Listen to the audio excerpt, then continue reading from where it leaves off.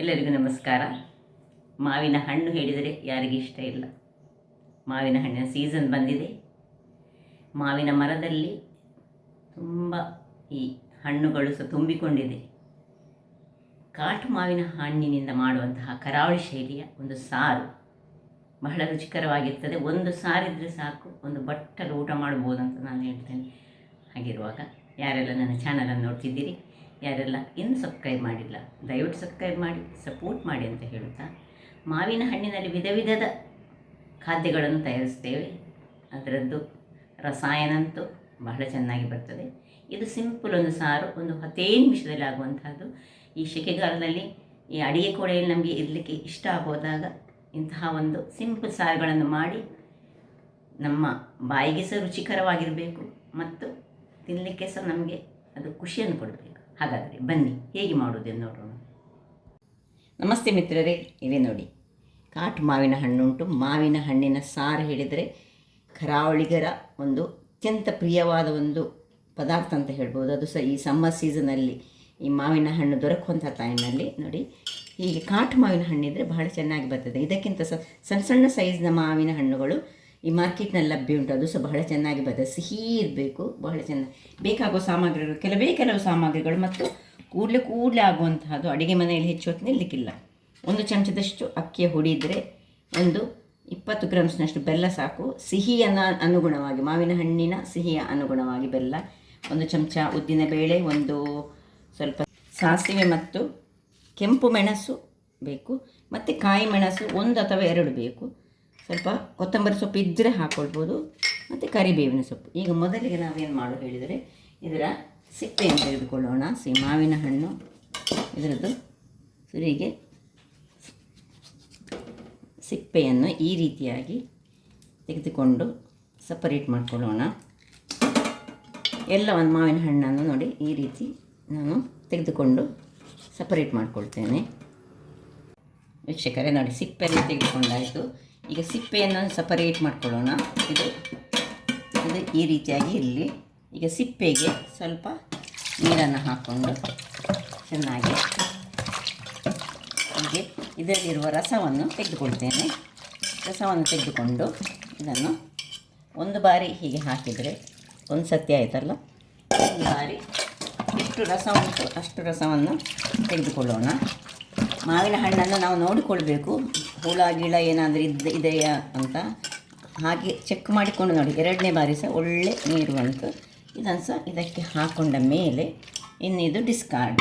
ಇಲ್ಲೀಗ ಇದನ್ನು ಸ್ವಲ್ಪ ಇದಕ್ಕೆ ಹೀಗೆ ಕೈಯಲ್ಲಿ ಸ್ವಲ್ಪ ಇದಕ್ಕೆ ರಸವನ್ನು ತೆಗೆದುಕೊಳ್ಳೋಣ. ಇನ್ನು ಉಪ್ಪು, ರುಚಿಗೆ ತಕ್ಕಷ್ಟು ಉಪ್ಪನ್ನು ಹಾಕೊಳ್ತಿದ್ದೇನೆ. ಇನ್ನು ಕೊತ್ತಂಬರಿ ಸೊಪ್ಪು, ಕರಿಬೇವಿನ ಸೊಪ್ಪು ಸ್ವಲ್ಪ ಹಾಕೊಳ್ಳೋಣ. ಇನ್ನು ರುಚಿಗೆ ತಕ್ಕಷ್ಟು ಸಿಹಿಯನ್ನು ನೋಡಿಕೊಂಡು ಬೆಲ್ಲ ಬೇಕಿದ್ದರೆ ಮತ್ತೆ ಹಾಕೊಳ್ಳೋಣ.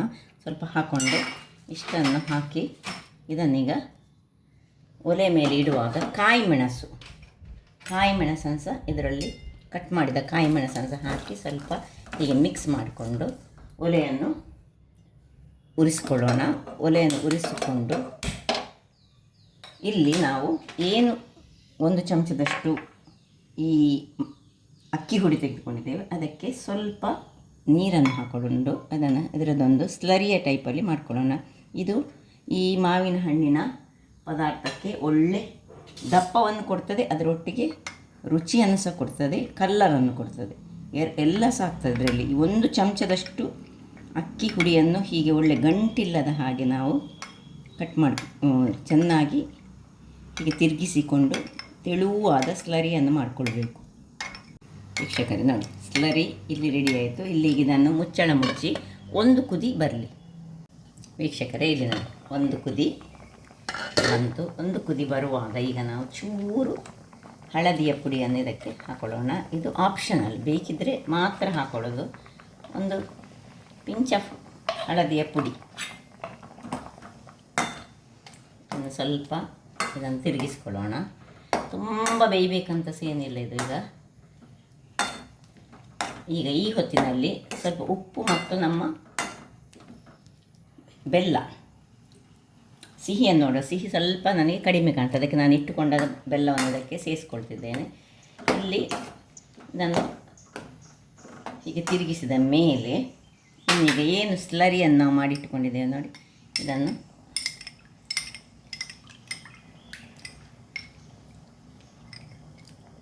ಈ ರೀತಿಯಲ್ಲಿ ಹಾಕ್ಕೊಳ್ಬೇಕು. ಗಂಟು ಸೂಸ ಇರಬಾರ್ದು. ಇನ್ನು ಸ್ವಲ್ಪ ಇದಕ್ಕೆ ನೀರನ್ನು ಸಹ ಹಾಕ್ಕೊಂಡು ಇಮಿಡಿಯೇಟಾಗಿ ನೋಡಿ ಅಷ್ಟೇ ನೀರನ್ನು ಹಾಕ್ಕೊಂಡಿದ್ದೇನೆ. ನಾನು ಪುನೊಂದು ಬಾರಿ ತಿರುಗಿಸ್ಕೊಳ್ತಿದ್ದೇನೆ. ಇನ್ನು ಪುನೊಮ್ಮೆ ಇದನ್ನು ಮುಚ್ಚಿಕೊಂಡು ಸರಿ ತಿರುಗಿಸ್ಕೊಳ್ಬೇಕು. ಜಾಗ್ರತೆಯಲ್ಲಿ ತಿರುಗಿಸಿಕೊಂಡು ಇದನ್ನು ಮುಚ್ಚಳ ಮುಚ್ಚಿ ಒಂದು ಕುದಿ ಬರಲಿಕ್ಕೆ ಬಿಡೋಣ. ಅಷ್ಟರಲ್ಲಿ ಇದಕ್ಕೊಂದು ಒಗ್ಗರಣೆ ರೆಡಿ ಮಾಡ್ಕೊಳ್ಳೋಣ.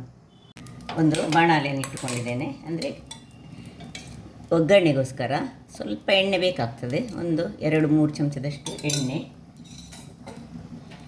ಎಣ್ಣೆ ಬಿಸಿಯಾಗುವಾಗ ಸುರಿಗೆ ನಾನು ಈ ಒಂದು ಉದ್ದಿನ ಬೇಳೆಯನ್ನು ಹಾಕ್ಕೊಳ್ತಿದ್ದೇನೆ. ಸ್ವಲ್ಪ ಉರಿ ಸಣ್ಣಗಿರಲಿ. ಇನ್ನು ಕಾಯಿ ಮೆಣಸು, ಒಣಗಿದ ಮೆಣಸು, ಕಾಯಿ ಮೆಣಸು ಆಗ ಅದಕ್ಕೆ ಹಾಕಿದ್ದೇವೆ. ನಿಮ್ಮ ಖಾರಕ್ಕೆ ತಕ್ಕಂಥದ್ದು, ಬೇರೆ ಯಾವ ಖಾರ ಹಾಕ್ಕೊಳ್ಳಿಕ್ಕಿಲ್ಲ ಇದಕ್ಕೆ.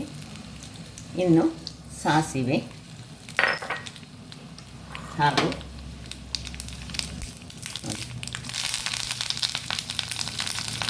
ಒಳ್ಳೆ ಚೆನ್ನಾಗಿ ತಿರುಗಿಸ್ಕೊಳ್ಳೋಣ.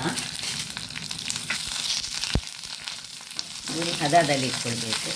ಏನು ಪರಿಮಳ, ಘಮ್ಮ ಪರಿಮಳ. ಇಲ್ಲಿ ಬೇಕಿದ್ದರೆ ನಿಮಗೆ ಹಿಂಗು ಬೇಕಿದ್ದರೆ ಸ್ವಲ್ಪ ಹಿಂಗನ್ನು ಹಾಕ್ಕೊಳ್ಬೋದು, ಆಪ್ಷನಲ್. ಹಿಂಗು ಸಹ ಹಾಕ್ಕೊಂಡ್ರೆ ಬಹಳ ಚೆನ್ನಾಗಿ ಬರ್ತದೆ. ಸ್ವಲ್ಪ ಹಿಂಗು ಲಾಸ್ಟಿಗೆ ನಾನು ಹುಡಿನನ್ನು ಹಿಂಗಾದ್ರಿಂದಾಗಿ ಹಾಕ್ಕೊಂಡು ಆಫ್ ಮಾಡ್ಕೊಳ್ತಿದ್ದೇನೆ. ಪರಿಮಳವೇ ಬಹಳ ಚೆನ್ನಾಗಿ ಬರ್ತದೆ. ಸೊ ಇನ್ನೀಗ ಇಲ್ಲಿ ನೋಡಿ, ಇದು ಕುದ್ದಿದೆ. ಇದನ್ನು ಇದಕ್ಕೆ ಹಾಕ್ಕೊಳ್ಳೋದು.